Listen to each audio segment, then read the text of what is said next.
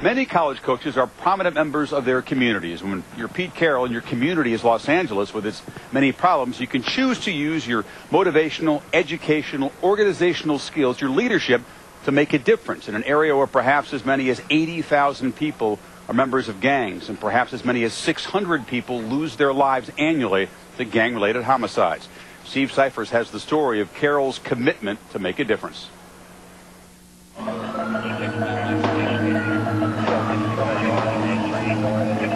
The gangs have nothing better to do.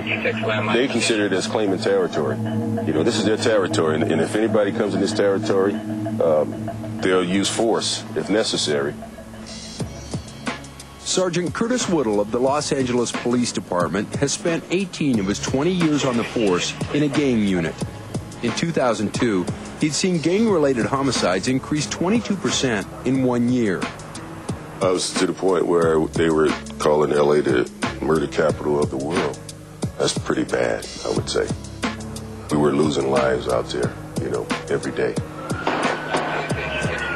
It's bad enough for Pete Carroll to step out his comfort zone to say something has to be done. I was motivated by a week of real problems that happened in the streets, and one right after another.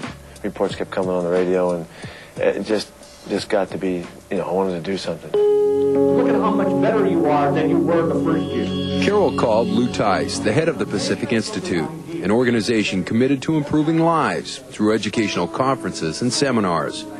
With Carroll as a catalyst, the Institute formed a nonprofit organization called A Better L.A. First time he ever spoke to us, he says, I don't know what I can do. Heck, I'm just a football coach, a dang football coach, he said. But I'll tell you, I'm in.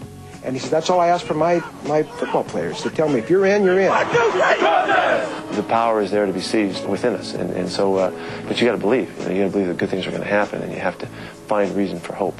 And one of the biggest issues right now directly is to create hope for kids that don't see it otherwise. When you have a guy like Pete Carroll stand up and say, you know, there's a better way to do things, and that he uses a philosophy to get the best out of football players, why can't we take that philosophy and get the best out of these kids? Maybe we could do one of the greatest things that's ever happened in America, is to turn this whole culture around where it isn't full of fear.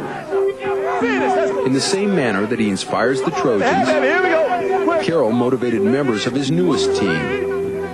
Pete Carroll brings a spirit with him. That when he comes in the room, it's there. Man, we need to do it right here. It's right there for us. Coach Carroll came off as a person who really, truly wanted to eliminate gang violence. And so he became my hero at that point. He actually became my hero. There's nothing I could do. I mean, I didn't know what to do and all that, but I wanted to offer some support if I could to people that are you know, hitting it in the streets and are really working so hard for change and all of that. It really inspired me. It kind of lit a fire in me again, you know, in my career, you know, to want to do something to solve this epidemic, this problem. A Better L.A. is now in its second year. Woodall says gang homicides are down in the Rampart Division where he patrols. We're not trying to put a Band-Aid on something. We're not trying to chase people out. We're trying to create change from within for the right reasons and empower people to have hope and in essence, affect their own change and do it for themselves, which is when it is most real. He could have stayed in USC in his comfort zone for another 10 years, you know, and won championships.